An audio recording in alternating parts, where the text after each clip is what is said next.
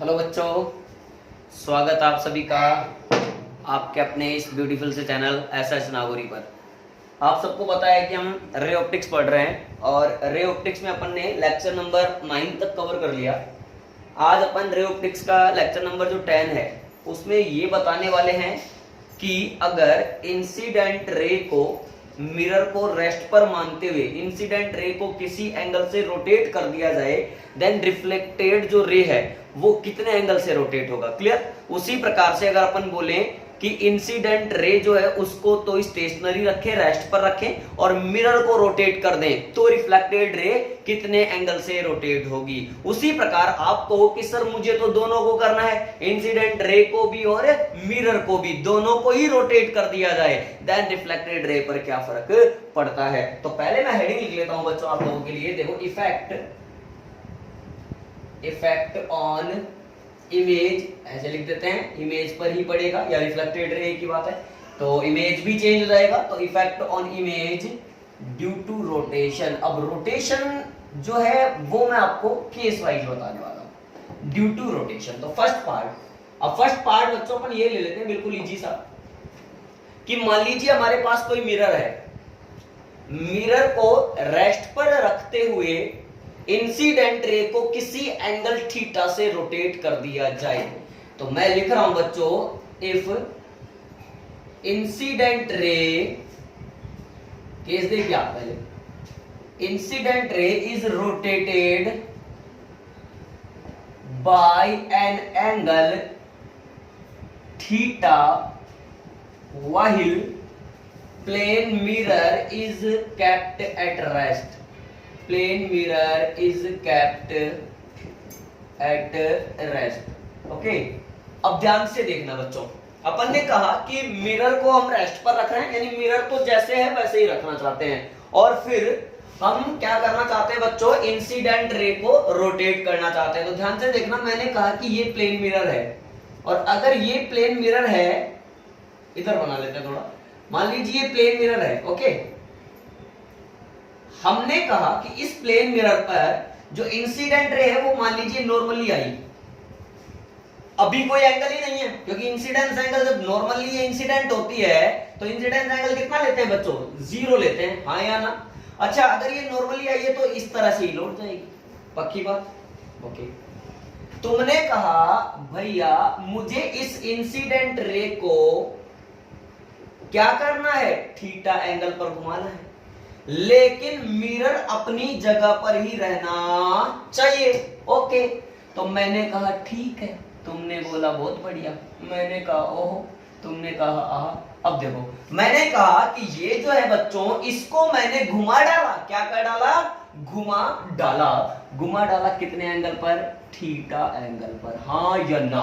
अब तुम लोगों को पता है बाय लॉज ऑफ रिफ्लेक्शन, जितना इंसिडेंस एंगल होता है उतना ही रिफ्लेक्शन एंगल होता है, हाँ या ना। तो अपन इस केस में बच्चों ये कह सकते हैं कि reflected ray also will be rotated by an angle theta. अगर हमने इंसिडेंट रे को थीटा एंगल से घुमाया है तो जो रिफ्लेक्टेड रे है बच्चों वो भी कितने एंगल से घूम जाती है, थीटा एंगल से ही घूम जाती है, हाँ या ना। क्या मेरी बात क्लियर है? फटाफट से नोट करें। नेक्स्ट केस देखते हैं बच्चों। अब हम क्या करने वाले हैं, सर आप इंसिडेंट रे को फिक्स कर लोगे, ठीक है, इंसिडेंट रे फिक्स हो जाएगी, और जो है आपका प्लेन मिरर उसको आप रोटेट कर दोगे। देखो, if plane mirror is rotated, ऐसा लिख लेता हूं मैं, केस सेकंड चल रहा है बच्चों, by an angle theta while incident ray is fixed, is kept at rest या इज फिक्स्ड कर लो, वही है जो पहले थी, ठीक है। आ जाते हैं बच्चों, समझना, आंसर नहीं बताऊंगा बच्चों, पहले समझेंगे, उसके बाद में ही आंसर देखेंगे। मेरी बात ध्यान से समझना। आओ ठाकुर, आओ ठाकुर, ओ ठाकुर आओ। देखो ये प्लेन मिरर है, ओके। मैंने कहा तुम इंसिडेंट रे हो, तुम क्या हो? इंसिडेंट। तुमने कहा ठीक है, तुमने कहा ठीक है। लाइट आई, टकराई, जिंगालाला हुआ और फिर रिफ्लेक्ट होकर के निकल गई। बहुत बढ़िया। और तुमने कहा ये तो और भी अच्छा है, दिस इज रिफ्लेक्टेड रे। बहुत बढ़िया। तुमने कहा नॉर्मल भी बनाओ, मैंने कहा ठीक है, बना डाला। क्या कर डाला? बना डाला। इसको कहा आई। तो ये मैं नहीं कहता, लॉ ऑफ रिफ्लेक्शन कहता है इसको भी होना पड़ेगा आई। ये इंसिडेंट रे है, ये रिफ्लेक्टेड रे है। अब तुमने कहा भैया ये जो प्लेन मिरर है, ये जो प्लेन मिरर है, क्या है ये? Plane mirror. इसको थीटा एंगल से घुमा दिया जाए। घुमा देते हैं, इस इंसिडेंट रे को बाद में लिख लेंगे, पहले मैंने इसको घुमा डाला। क्या कर डाला बच्चों? घुमा डाला। और घुमाना हमें अच्छे से आता है, हाँ या ना? अब देखो ये एंगल माना थीटा, यहां लिख देते हैं, तो इंसिडेंट है, इसमें कोई खास बात नहीं है। ओके, ये आपका मिरर है। मेरी बात ध्यान से सुनते रहना, ये एंगल थीटा है, समझना मेरी बात को। अगर आपने कहा कि सर प्लेन मिरर को मैंने एंगल थीटा पर घुमा दिया, तो इस पर्टिकुलर प्लेन मिरर का जो नॉर्मल होगा, बोले तो एन डैश, जो नॉर्मल होगा वो भी कितने एंगल पर घूम जाएगा? सर वो भी थीटा एंगल पर ही घूम जाएगा। मेरी बात ध्यान से समझना, ये कहा मैंने एन डैश, ये मैंने कहा एन डैश, लेकिन मुझे ये पता चलता है कि तुम कितने हो? थीटा हो। तुम कितने हो? थीटा हो। सही है ना? समझ में आ रहा है बच्चों? अब ध्यान से देखना, ये थीटा है। हाँ, अगर ये घूमा, देखना, अरे ये प्लेन मिरर था, फिर इसको यूं कर डाला, चपा चपा चपा चपा। तुम कह रहे हो, देखो ये था मेरा, यहां इसको बना लेता हूं, ये प्लेन मिरर था, अरे हाँ या ना? अरे हाँ या ना? ये नॉर्मल था, हाँ या ना? हाँ या ना? तुमने कहा इसको थीटा से घुमा डाला, थीटा से घुमा डाला, तो भैया ये भी तो घुमा पहले के तुलना में। पहले यूं था और अब यूं हो गया, यानी पहले वाली पोजीशन से इसने भी कितना बना डाला? थीटा ही तो बना डाला, हाँ या ना? तो ये एंगल कितना हुआ? थीटा। अच्छा, रिफ्लेक्टेड रे जो है बच्चों, क्या वो भी रोटेट हुई? लेकिन हमें पता नहीं है। वही तो हमें निकालना है कि पहले से वो कितनी पोजीशन यानी एंगुलर पोजीशन पर जा चुकी है। मान लीजिए इस यहां से पिछली वाली रिफ्लेक्टेड रे से नई वाली जो रिफ्लेक्टेड रे है वो किसी एंगल, चलो यहां बना देता हूं बच्चों, कुछ भी कह देता हूं, ये अल्फा है। क्या है ये? अल्फा, मर्जी से, और हमें पता करना ही अल्फा है। बात मेरी समझना, बात मेरी समझना। तुमने कहा कि सर यहां इंसिडेंट रे फिक्स है, जैसे ही मिरर को घुमाया तो नया नॉर्मल आया एन डैश। अब इस नए नॉर्मल एन डैश से इंसिडेंट रे ने कितना एंगल बना रखा है? आई प्लस थीटा, हाँ या ना? ओ माय गॉड, अगर मुझे ये आई प्लस थीटा मिल चुका है तब मेरा काम हो चुका है। कैसे? क्योंकि जितना एंगल ऑफ इंसिडेंस होता है उतना ही एंगल ऑफ रिफ्लेक्शन होता है, हाँ या ना? तो ये पूरा एंगल भी कितना होना चाहिए? आई प्लस थीटा। लेकिन तुम्हें क्या फाइंड करना है बच्चों? अल्फा। अब अल्फा क्या है वो जरा ध्यान से देखो। अगर मैं इस पॉइंट को ओ नाम दे दूं, then alpha we can say that R O are dash. तो देखना, from figure, from figure, figure से, किससे बच्चों? फिगर से। अल्फा बराबर angle R O are dash, angle यानी अल्फा बराबर आर ओ आर डैश। अब आर ओ आर डैश को कैसे लिख सकता हूं? आई ओ आर डैश, देखना समझना, angle i o are dash minus minus minus angle i o r. अरे यार, i o are dash minus कर डाला एंगल आई ओ आर, तो क्या बचा डाला? अल्फा ही तो बचा डाला। तो एंगल आई ओ आर, हाँ या ना, अल्फा बराबर आई ओ आर डैश, गिनते जाना गिनते जाना गिनते जाना गिनते जाना, ये पूरा है आई प्लस थीटा, यहां से यहां तक का, ये कितना है i plus theta, oh my god, ये हो गया 2i plus 2 theta minus minus i o r, देखना यहां तक का चलिए, ये है बच्चों, अब मुझे दिख नहीं रहा ढंग से कितना कितना है, तो सर ये दिख रहा है क्या आपको, कौन सा वाला दिख रहा है बच्चों, ये कितना है आई, पुराने वाला दिख रहा है, और ये कितना है आई, तो टोटल कितना हुआ 2i, ओहो 2i ने 2i को मार डाला, अल्फा बराबर आ गया 2 थीटा। कहने का मतलब ये हुआ कि अगर इंसिडेंट रे को फिक्स रखकर प्लेन मिरर को यदि थीटा एंगल से घुमाया जाता है तो रिफ्लेक्टेड रे 2 थीटा एंगल से घूम जाती है, then we can say that hence, अब देखना मैं एक एक पॉइंट लिख रहा हूं, एंगुलर डिस्प्लेसमेंट, मैंने एंगुलर डिस्प्लेसमेंट लिखा, तो थीटा ऑफ रिफ्लेक्टेड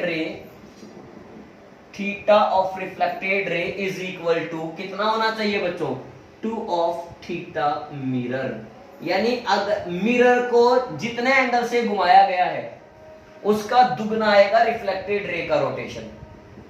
उसी प्रकार से अगर मैं एंगुलर वेलोसिटी ले डालूं, एंगुलर वेलोसिटी, तो यह आएगा omega reflected ray is equal to 2 of omega mirror, mirror का एंगुलर वेलोसिटी जितना है उसका दुगना ले लो, वो आ जाएगा रिफ्लेक्टेड रे का। क्या मेरी बात आप लोगों को क्लियर हो रही है क्या बच्चों? इसका थर्ड पॉइंट मैं यहां ऊपर लिख देता हूं।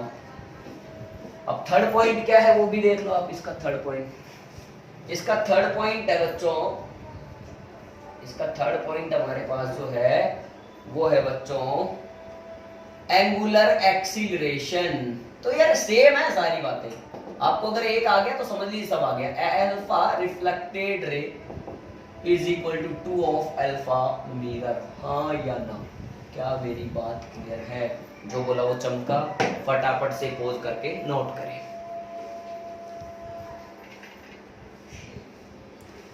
आया बच्चों समझ में? अब देखो केस नंबर थर्ड जो है वो तुमने कहा कि सर हमें तो इंसिडेंट रे और प्लेन मिरर दोनों को एक साथ ही घुमाना है। बहुत बढ़िया, बहुत बढ़िया, कोई बड़ी बात नहीं है। केस नंबर थर्ड ध्यान से देखना, if incident ray coincident incident ray is rotated by an angle alpha and plane mirror, कौन सा mirror? Plane mirror is rotated by an angle beta, then अब रिफ्लेक्टेड रे के लिए लिखना है, देन रिफ्लेक्टेड रे, अभी रुक जाओ आप डायरेक्ट लिख लेते हैं ए पॉइंट इसका, समझना। अगर हमने अल्फा एंगल से तो इंसिडेंट रे को घुमा दिया और बीटा एंगल से प्लेन मिरर को घुमा दिया, अब की बार हमने दोनों को एक साथ ही घुमा दिया, ऐसा क्वेश्चन आएगा? बोलेगा कि भाई जैसे 30 डिग्री से तो किसको घुमाया जाता है? प्लेन मिरर को बोलता है, और 10 डिग्री से किसको घुमाया जाता है? इंसिडेंट रे को। तो बताइए रिफ्लेक्टेड रे कितने एंगल से घूमी? अब इसमें डिपेंड करेगा कि वो क्या बोल रहा है। क्या बोल रहा है मींस मतलब इन दोनों को सेम डायरेक्शन में अगर रोटेशन करता है तो बात अलग होगी, और अगर अपोजिट डायरेक्शन में रोटेट करेगा तो बात अलग होगी। तो मैं दोनों के लिए आपको फॉर्मूले लिख करके देता हूं बच्चों, देखो इन सेम डायरेक्शन, अगर दोनों को एक ही दिशा में एक ही डायरेक्शन में रोटेट कर दिया जाए देन आंसर आता है 2 बीटा माइनस अल्फा। जैसे अभी आपने क्या कहा कि चलो मैं दोनों को एक साथ ही बता दूंगा, इन अपोजिट डायरेक्शन, ये भी देख लो फटाफट से, इन अपोजिट डायरेक्शन आ जाएगा 2 बीटा प्लस अल्फा। तुमने कहा कि एक इंसिडेंट रे को तो 10 डिग्री से और प्लेन मिरर को किससे बच्चों? 30 डिग्री से घुमा दिया गया। तो बताना है रिफ्लेक्टेड रे का क्या हुआ। अगर सेम डायरेक्शन में घुमाओगे तो 2 बीटा यानी 30 दूनी 60 माइनस अल्फा यानी 50 डिग्री। और अगर अपोजिट में घुमाओगे तो 60 प्लस 10 कितना 70 डिग्री। हाँ या ना, इस प्रकार से आंसर आ जाएंगे। ओके, क्या मेरी बात क्लियर है क्या बच्चों? फटाफट से पोज करके नोट करें। आया समझ में? अब देखो बच्चों, अपन नोट में कुछ पॉइंट लिखेंगे, है? तो नोट देखते हैं, नोट नंबर 1 समझ। अब इस नोट के अंदर में ही आपका प्लेन मिरर लगभग नहीं कंप्लीटली ही फिनिश होने वाला है, ठीक है। इससे जो नेक्स्ट वीडियो होगा उसमें अपन वैसे भी स्फेरिकल मिरर स्टार्ट करने वाले हैं, ठीक है। तो नोट नंबर 1 देखो। अब जो प्लेन मिरर होता है, प्लेन मिरर जो होता है बच्चों, वो लेफ्ट हैंड रूल को राइट हैंड रूल में कन्वर्ट कर देता है। कहने का मतलब वो बाएं हाथ के नियम को दाएं हाथ का नियम बना देता है। जैसे अपन देख सकते हैं कि प्लेन मिरर में अगर किन्हीं भी अक्षरों को या कुछ भी ऐसी आकृतियां होंगी जिनको अगर देखा जाए तो वो जस्ट अपोजिट दिखने लगते हैं। इसको हम क्या बोलते हैं उसी के बारे में लिखना चाहते हैं। तो पहले मैं एक लाइन लिख देता हूं, plane mirror convert left hand rule into right hand rule. ठीक है, लेफ्ट हैंड रूल को किस में कन्वर्ट करता है? राइट हैंड रूल में कन्वर्ट कर देता है। अच्छा, अगर हम बात करें अल्फाबेट जो होती है ABCD, है ना, उनके अक्षरों की बात करें, उसके लेटर्स की बात करें, तो उनमें ये जो कहलाता है, ये जो कन्वर्जन कहलाता है, इसको कहते हैं लैटरल डिस्प्लेसमेंट। अच्छा, in alphabet of letters this conversion is known as. देखो बच्चों, राइटिंग मेरी बहुत सुंदर है, अगर नहीं समझ में आए तो मैं जो बोल रहा हूं उसके अकॉर्डिंग आप नोट्स बना सकते हैं। This conversion is known as, बोलिए, is known as lateral displacement. उसको कहते हैं लैटरल डिस्प्लेसमेंट। कौन सा डिस्प्लेसमेंट बच्चों? Lateral displacement. हाँ, लेकिन अल्फाबेट के जो ए से लेकर के जेड तक सारे अक्षर हैं उनमें लैटरल डिस्प्लेसमेंट नहीं पाया जाता। कुछ ऐसे भी अक्षर हैं, कुछ ऐसे भी लेटर्स हैं जिनमें ये कन्वर्जन नहीं होता है। देयर इज नो लैटरल, देखो, there is no lateral displacement. मैं बार बार बोल रहा हूं, राइटिंग मेरी ज्यादा सुंदर है, लिखकर भी नोट्स बना सकते हैं। There is no lateral displacement in some letters, ठीक है, सच एज। मैं आपको लिख करके दे देता हूं बच्चों जो जो एग्जांपल्स हैं। देखो, जैसे मैंने कहा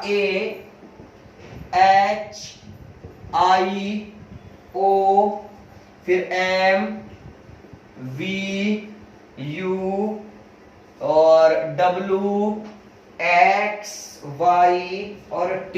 W के बाद में X, Y और T, इन सभी में लैटरल डिस्प्लेसमेंट नहीं पाया जाता है। लेकिन अगर हम कुछ इनके अलावा अक्षरों की बात करें, जैसे B की बात कर लें, मान लीजिए मैंने कहा ये प्लेन मिरर है, तो B जो होगा बच्चों, प्लेन मिरर को इस तरह से देखोगे तो वो ऐसे, प्लेन मिरर में अगर B को देखोगे तो वो ऐसे उल्टा दिखने लगेगा।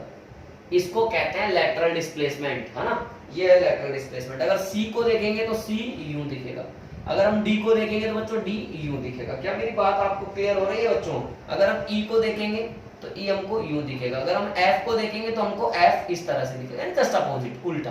क्या मेरी बात क्लियर हो रही है क्या? हाँ, लेकिन आपने कहा कि सर अगर इनको देखे तो, अरे भैया A को देखो A दिखेगा, H को देखो H ही दिखेगा, O को देखो O ही दिखेगा, हाँ या नो? इनमें नहीं होता है लैटरल डिस्प्लेसमेंट, इनमें लैटरल डिस्प्लेसमेंट होता है।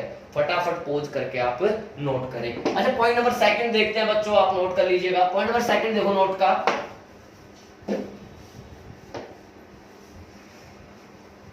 देखिए, किसी भी प्लेन मिरर के अंदर में जो इमेज बनती है, प्लेन मिरर से जो इमेज बनती है ऑब्जेक्ट की, उसका, और जो रियल चीज है, जो भी ऑब्जेक्ट है उसका, यानी दोनों के लिए अगर टाइम का सम देखें तो वो आता है 12 आवर। तो मैं लिख देता हूं बच्चों, देखो मैं क्या लिखना चाहता हूं, in plane mirror in plane mirror, पहले मैं लिख देता हूं फिर समझ में आ जाएगा। In plane mirror sum of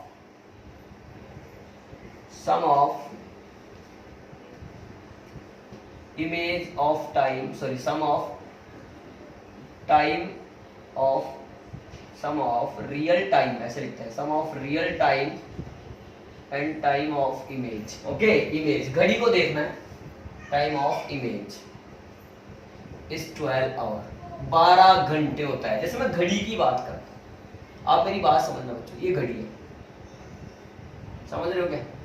मान लीजिए 3 बज रहे हैं, कितने बज रहे हैं? 3। ये प्लेन मिरर है।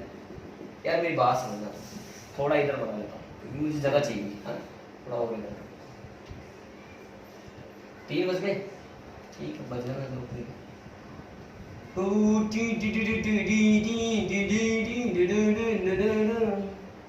हो हा, ये ऐसा, ओ माय गॉड, और ये ऐसा ही, यानी ईसा। अब कितने बज गए सर? अब तो कुछ और ही हो गया, हाँ या ना? इधर तो 3 बज रहे थे, इधर 6 बजते हैं, 7, 8, 9 बज चुके हैं। हो अगर 9 बज गए तो कार्यक्रम उल्टा हुआ। अब यहाँ पर मैं यही तो कह रहा हूँ, T image plus T real is equal to होता है 12 घंटे, हाँ या ना? इसमें केस बना सकता हूँ बच्चों में, इसमें केस ये बना सकता हूँ कि if time is given in hour and minute, then T image plus T real कैसे लिखा जाता है? अब अगर इसको मिनट में भी दे रखा और घंटे में भी दे रखा हो तो होना 12 घंटे ही है। अब 12 घंटे को लिखना है तो कैसे लिखेंगे? 11 तो घंटे पूरे 11 घंटे और कितनी मिनट बच्चों? 60 मिनट, ऐसे लिखा जा सकता है, हाँ या ना? क्या मेरी बात क्लियर है क्या? ओके, अच्छा, तुमने कहा कि सर जो टाइम है ना, सेकंड पॉइंट इसी में बना लेते हैं, if time is given in hour, minute, second, अगर घंटा, मिनट और सेकंड में दिया गया हो, then T image plus T real is equal to, कैसे लिखोगे? थोड़ा छोटा लिख देता हूं बच्चों, T image plus T real is equal to 12 घंटे नहीं, 12 घंटे नहीं, तो हमने कहा कि अगर टाइम जो है वो आवर, मिनट और सेकंड में दिया गया हो, then T image plus T real, तो देखो इसको लिखेंगे बच्चों 11 घंटे 59 मिनट और 60 सेकंड, हाँ या ना? तो ठीक है बच्चों, पॉज करके नोट करो। और हमारा जो प्लेन मिरर का कॉन्सेप्ट है, यानी जो प्लेन मिरर पर बेस्ड जो भी चीजें थी, आज लेक्चर नंबर 10 तक मैंने पूरा फिनिश कर डाला है। अब हम नेक्स्ट वीडियो में स्पेरिकल मिरर देखने वाले हैं, यानी कॉन्वेक्स मिरर क्या होता है, कॉनकेव मिरर क्या होता है, इस तरह की बातें करने वाले हैं। वो सब सारी नेक्स्ट वीडियो में करेंगे। और अगर प्लेन मिरर से रिलेटेड आपको कुछ भी डाउट रह गया है तो आप बिल्कुल कमेंट बॉक्स में जाकर के मुझे कमेंट करें और बताएं और अपने डाउट क्लियर कर सकते हैं। अगर मेरी आपको वीडियो अच्छी लगी है बच्चों तो लाइक करें, शेयर करें और सब्सक्राइब करना बिल्कुल भी ना भूलें। और आगे के लिए पढ़ाई करते रहें। Thank you.